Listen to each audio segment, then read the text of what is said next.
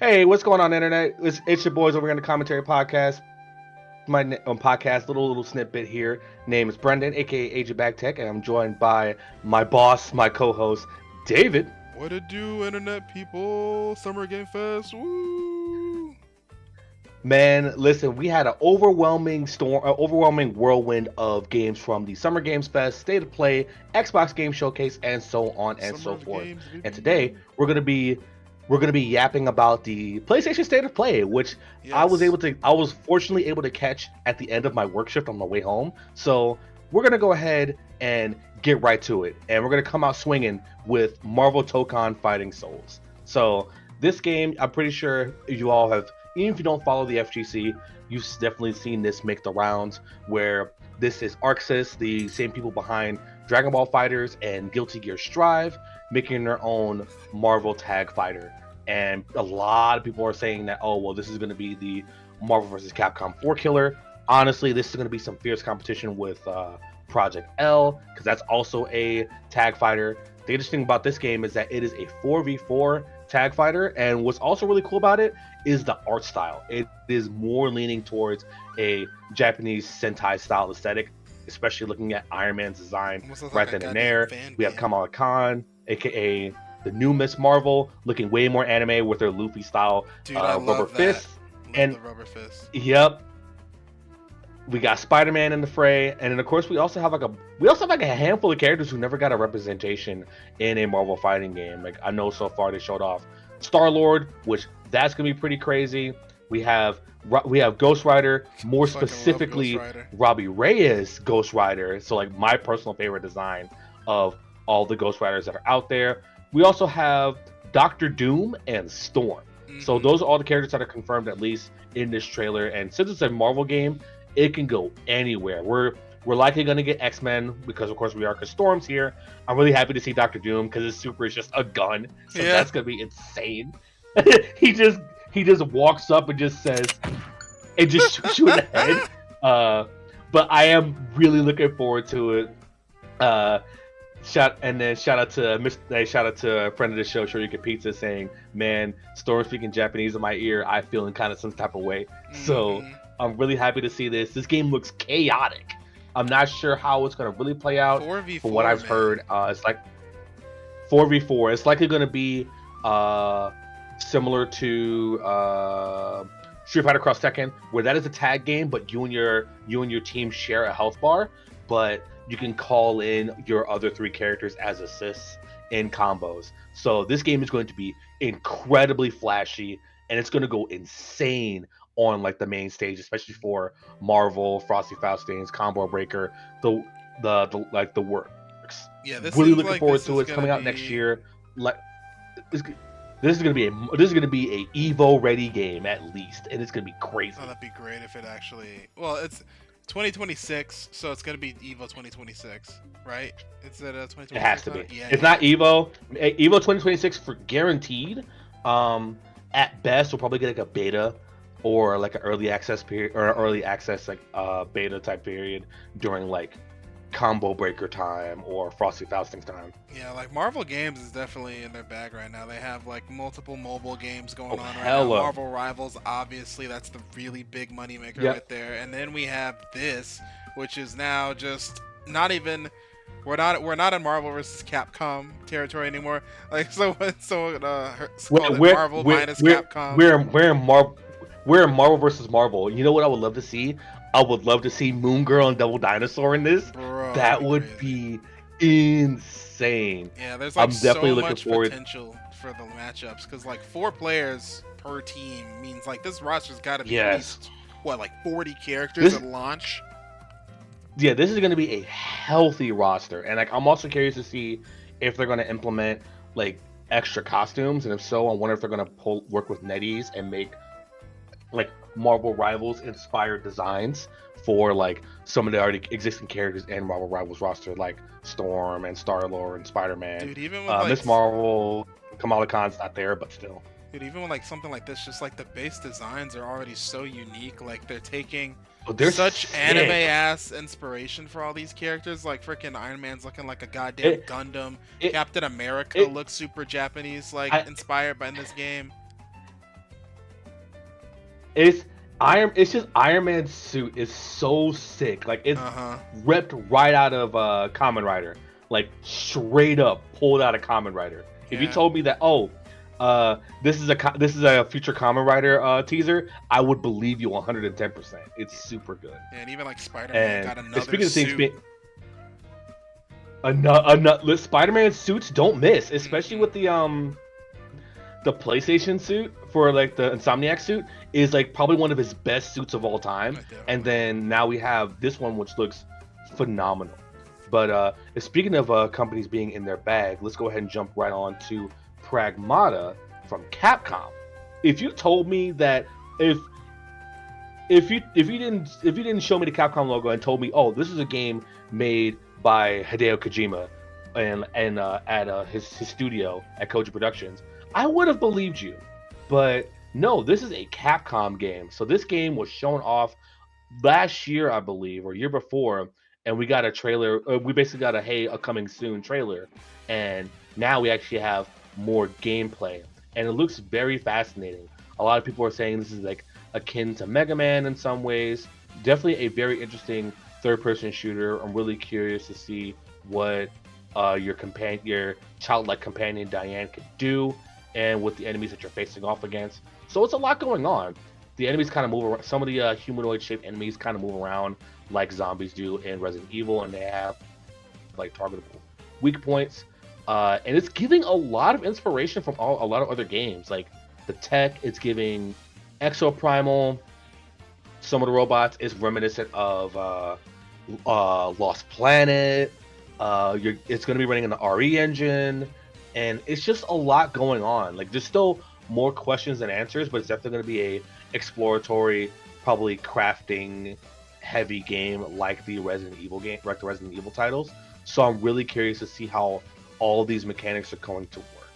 And I believe while we do not have an exact date, it will be coming out 2026. I'm calling fall 2026. This game is still a ways out. I do love the little nod that they did at the end with the note where it was like, yeah, it was 2022. They announced it, and then it was like, oh, 2022, scratch that out. No, 2023. No, It sorry, said we don't have anything sorry. yet. Just please Yeah. wait. And then 2026. I'm like, the time went by so fast. I forgot exactly when this trailer was shown off. So I'm really looking forward to catching this. Coming out on all major systems: PlayStation, Xbox Series, and Steam. And just be on your lookout. You are likely going to need to upgrade your PC because this game is going to be a beautiful mess. Speaking of beautiful messes, let's talk about Romeo as a Deadman, the most Suda 51 grasshopper manufacturer game I've seen in a long time. And it was such a dead giveaway on like the first maybe 10 seconds of the trailer because Suda does some weird stuff, and it's a very specific kind of weird. It's not like where Kojima is a lot more like heavily cinematic. Swery 65 and Suda 51 is more like weird, kind of like abstract-ish kind of game, abstract-ish kind of art style and art direction. And if you're familiar with the likes of Killer is Dead, Killer 7, and No More Heroes, this is going to be right up your alley. This is going to be one of those crazy. Like, there's really no way to call it other than a manic character action game where you're going around swinging your sword, using different guns, and going into like just different parts of the world. And again, games like these are just really good at just using just like keywords like I am a dead man. What does that mean? What does that mean in this context? What's going on? And this will have you games like these from Grasshopper Manufacturer have you asking more questions than there ever will be answers. And by the time you roll credits, it's like, what? That's it? What's going on? Exactly. Definitely something that's up my alley. I'm a huge fan of Killer is Dead and No More Heroes and just the zany wackiness of it all. Dropping PS5 exclusive in 2026. So 2026 is going to be pretty well stacked so far with everything that's going on. What do you think, David? Because this is a lot. Yeah, I'm looking at this trailer now, and this is definitely giving that random, like, super bloody, gory, like high octane action stuff that we like that we had back in, like, yeah, like you said, like Killer is Dead, or even like the Lollipop Chainsaw era, but it's Lollipop just Chainsaw. cranked up to the Yeah, yeah, nth yeah. degree. Yeah, this game looks crazy. Mm-hmm. Definitely, like these type of Suda 51 type of games are always like really, They're just off the wall. they're an event. They're an event to play through. They're an experience to play through, and honestly, I'm definitely here for it. And speaking of an experience to play through, and going to the opposite side of the spectrum, we got Metal Gear Solid Delta, a ground up, like high end, like remake, remaster, however you want to kind of categorize it, of the classic Metal Gear Solid 3 back on the PS3. This game is one of the earlier games in the series where you play as Naked Snake before he becomes Big Boss. Spoiler, no spoiler, this game is old as hell. As you're sneaking around through the jungles in like Eastern Europe, and you run across, and this is where you run across a lot of the classic characters like Revolver Ocelot. He's here. Of course, you got Naked Snake, aka previous Big Boss, aka someone you deal with later, and it has a litany of crazy boss fights. Like my favorite is the Pain. He just uses bees to attack you. Like this game is bonkers, but it's really cool because it all takes place in the backdrop of nuclear war. If you know, it's one of those. If you know, you know. This is definitely a return to form, especially with the absence of Kojima, as he is in his own studio. I was also happy to see they brought back the monkeys from Ape Escape, because that was a PlayStation exclusive thing. Cool. And I'm like, okay, if they bring back portable ops, where you fight Rathalos as Naked Snake, it's insane. But no, this game looks phenomenal. Like, I wish the game, and to be honest, on the PS3 era, the game, no, not PS3, sorry, PS2. The OG Snake Eater was a PS2 game. This is what we thought the game looked like way back when. And this game, it makes me wonder if they're going to still add some of the same Kojima-isms. Like, there's some mechanics where food can spoil if you like leave your game for too long. So say you play today, but you don't come back to the game until next Friday, the food that's in your backpack will spoil. Or with one of the bosses in the game, his name is The End. He's like an old man, pretty much on his deathbed. Oh yeah, because you just like keep the game on. If you stay away from the game long enough, he just dies. Yeah, he just dies. It's just like, oh, he died of old age. Well, shit. It's like, it's a bunch of. This is there in an era where a bunch of crazy kooky stuff happened in the Metal Gear. What's up? Yeah, it's like this is the game where it's like every time I see cutscenes or anything from this game, it's like it's super serious yet also very unserious as a video game. Yeah. Like, this is probably the most video game game of all the Metal Gears, I think. Oh, definitely. What's great is that I was actually talking to one of our mutual friends, one of our mutual high school friends about this. And she's like, you know, with how Metal Gear, I love how Metal Gear is in the sense that it's with it taking itself seriously and unseriously at the same time. It's kind of like how life is, where life will get you with a bunch of nonsense and just be super serious and stressful, but also be very goofy from time to time. And of course, it looks like they are bringing back some of their classic Easter eggs and mini games from days of old. So I'm definitely really happy to see that pop off. Then, speaking of pop offs, we have Ninja Gaiden Ragebound, which I just downloaded the demo prior to recording. This game is going to be sick. I covered this in my PlayStation State of Play top fives. So if you do follow me on Instagram and Blue Sky, this is where I have it posted. I believe it's also posted as well on our TikTok for the commentary team. And this game returns to form with the high stakes, high speed, hack and slash, brutal platformer that is Ninja Gaiden. And what's really cool is that you have like a array of new abilities, and you play as two different characters, and you just tag team as you go between the levels. This game is super sick. I am really looking forward to getting my hands on it. While I did just get the demo, I will likely be buying it. I'm just not sure what system I'm going to get it on. Do I want to get it on my Switch and just play on the go, or do I want to get it on my PC or on my console and just call it a day? Regardless, something I'm really, really excited to play. This game is brought to you by Game Kitchen and published by Dadimu, with the same people who brought us, who are bringing us the Marvel game. Yep, the sprite work is phenomenal. That's what really caught my eye when they showed us off. I want to say it was like last year. So it's just like, oh boy, this is going to be a doozy. Like, definitely up my alley with like just the high stakes hack and slash action combat that Ninja Gaiden is known for. So I'm really excited for this. And then, last but not least, another game I was also very excited for is Bloodstained, the Scarlet Engagement.